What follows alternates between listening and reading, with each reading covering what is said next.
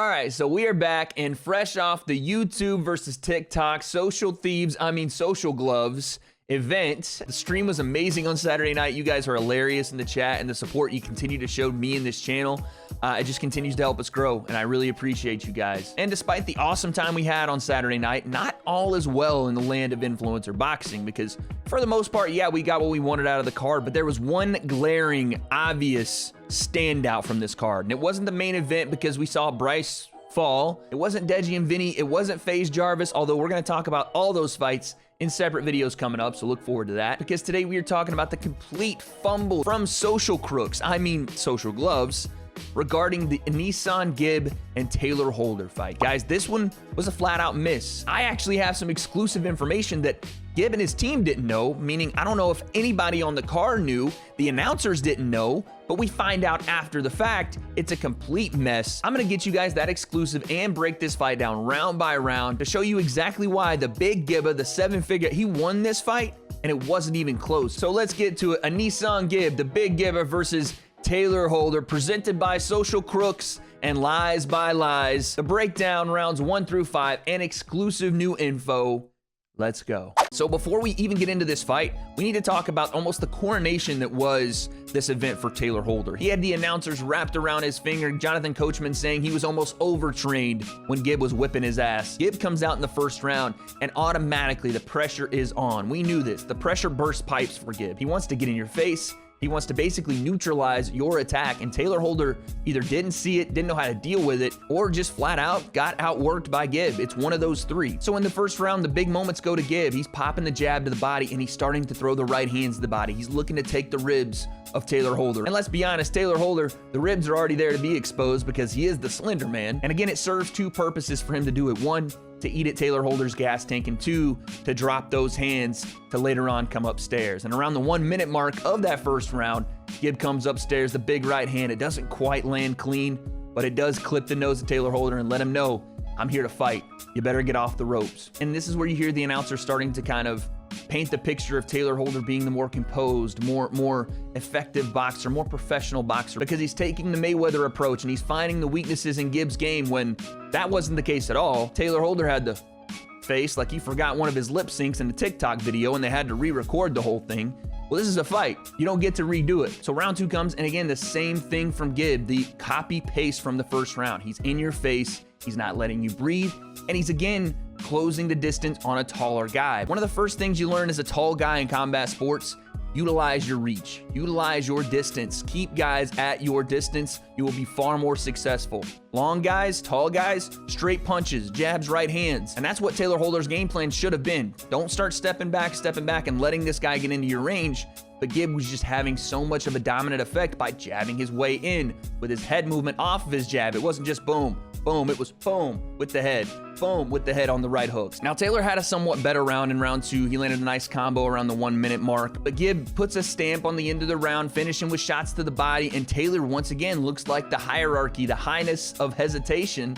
He's not really able to pull the trigger, and it's for 2 reasons. One, yes, Gib is doing a good job of jabbing his way into range, but 2, Gib's head movement is allowing him to slip a lot of the jabs that Taylor's throwing to kind of keep him at bay. We go back to the Jake Paul fight. What did Jake do to get Gib's attention early?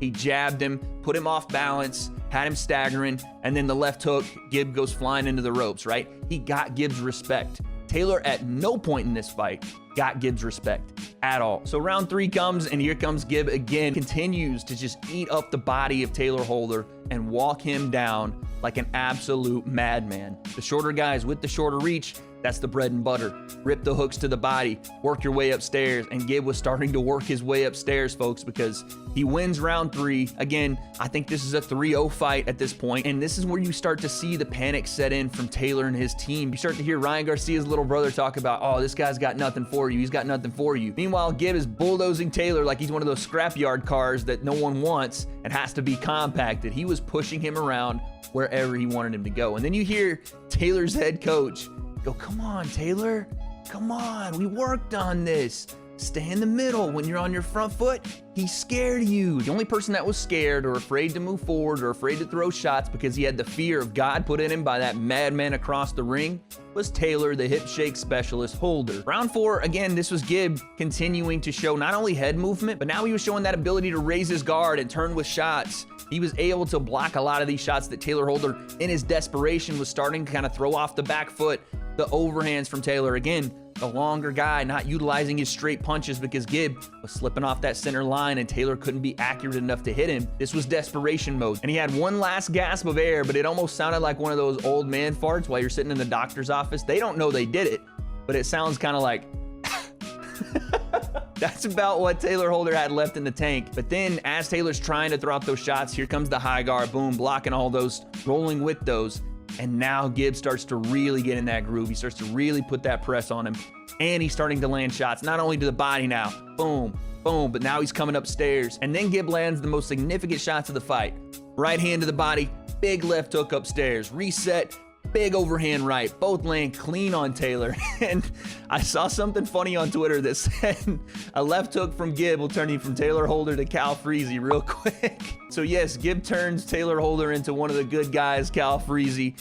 He destroys him at the end of that 4th round, leaves no doubt, wins that round. But I want you to listen to something Keemstar said about the scorecards that we're gonna expand on a little later. Absolutely. I mean, I can't wait when this is done to look at the scorecard and see how many landed. When this is done to look at the scorecard. And then we get into round 5. Gib is showing his head movement. Tayler rarely worked the body in this fight, and something I thought he would do well was go to the body and try to slow Gib down, a guy that is known for his gas tank. You try to take a little bit of that away, right? You don't just let him walk right through you like an open door. Tayler was headhunting the entire fight. Meanwhile, Gib, in this 5th round again, goes right back to the game plan. Pressure forward, double jab, triple jab his way in. Right hands to the body. He's throwing some overhands as well. There wasn't a ton landed from either guy in this 5th round, but the stuff that was landed and the meaningful shots, again, were landed by Gib. He wins the 5th and final round. I think he wins all 5 rounds. And guys, I'm telling you this now, it wasn't even really close. So again, this was an easy 5-0 for Gib. What we see next is one of the most crooked and ridiculous things possibly I've ever seen. And again, it's not just on an individual boxing match basis, it's on an event basis. This is really weird what happened. So we get a judge's scorecard readout, first of all, from Fuzi, that reads 49-46, 49-46, 50-46. Now, Fuzi didn't read the winners of each card, which in my mind meant, okay, we're gonna get a unanimous decision here. Or if there was a split decision, you would hear 49-46 Gib, 49-46 Holder, and then they would read the last one and then award the fight.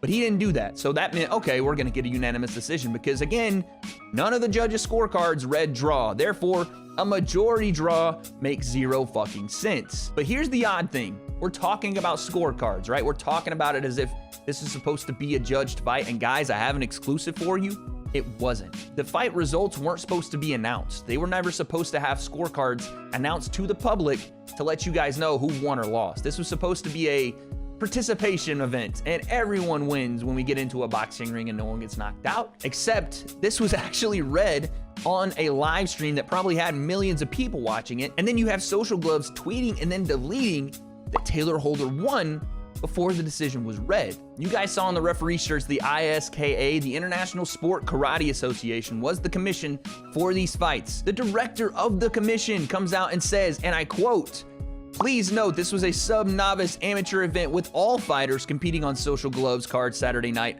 for entertainment purposes." And then he says this, quote, "with fighters understanding that they were exhibition bouts with both fighters being acknowledged as winners." Now that right there is the big detail, that fighters apparently knew that this was an exhibition bout. Now, if the fighters knew this, the event production team knew this, the director of the commission knew this, why were there any scorecards read at all? And let's go back to the Keemstar comment in the 4th round. Why would he be curious about what the scorecards would say at the end of a fight that wasn't supposed to have scorecards, according to the director of the commission, and everyone knew about it? I'm gonna ask a question here that I don't know the answer to, and this is just pure speculation, but you guys let me know down below. Did Social Gloves purposely not tell these fighters that their fights wouldn't be judged?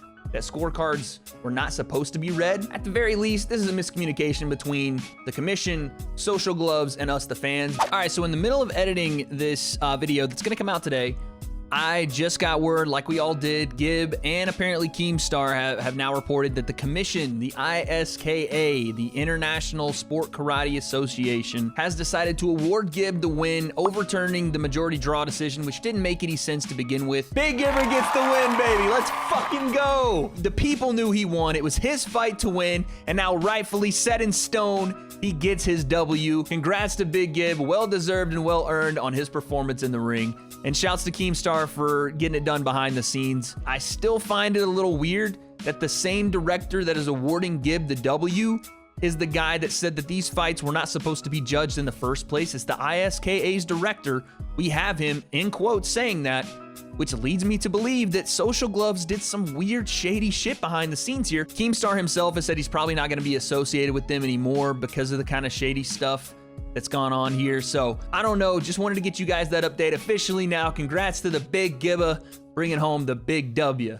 So we all know that Gib won this thing, and it was a clean sweep. He shut out Tayler Holder 5-0. He looked great, man. He was on balance. All the stuff that we'd said that Gib, just little stuff, if he could do, and he could turn up the heat, and he could keep that pressure, the guy would become a different fighter, and he looked like that. And Tayler Holder looked like a guy that was overwhelmed. He didn't really know what to do when Gib put pressure on him. He didn't know how to alleviate that pressure. He didn't fight like the more experienced boxer. He didn't fight like the better technical boxer. As much as the commentary team wanted to throw that nonsense in your ears, it was none of that. It was Big Gibber and a 5-0 victory. And listen, I got nothing against Tayler, but the way he acted and acted as if he won that fight was completely asinine. It's a little bit disingenuous. Sometimes it's hard to admit defeat. I understand that, but regardless, we all know what happened. So I think for Gib next, he needs to, again, take that next step. Okay, you beat Tayler Holder. It's got to be someone with combat experience, someone that is willing to go out and get a pro license because Gib wants to fight in 10-ounce gloves. But I've heard people talk about Jake and Gib. Listen, I think that's a little bit far from happening because Gib is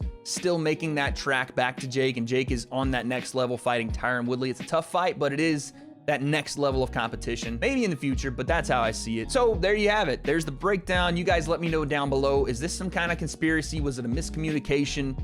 Did you guys have Gib winning all 5 rounds? Because I did. And what happens next for Gib and Tayler? I guess we'll find out.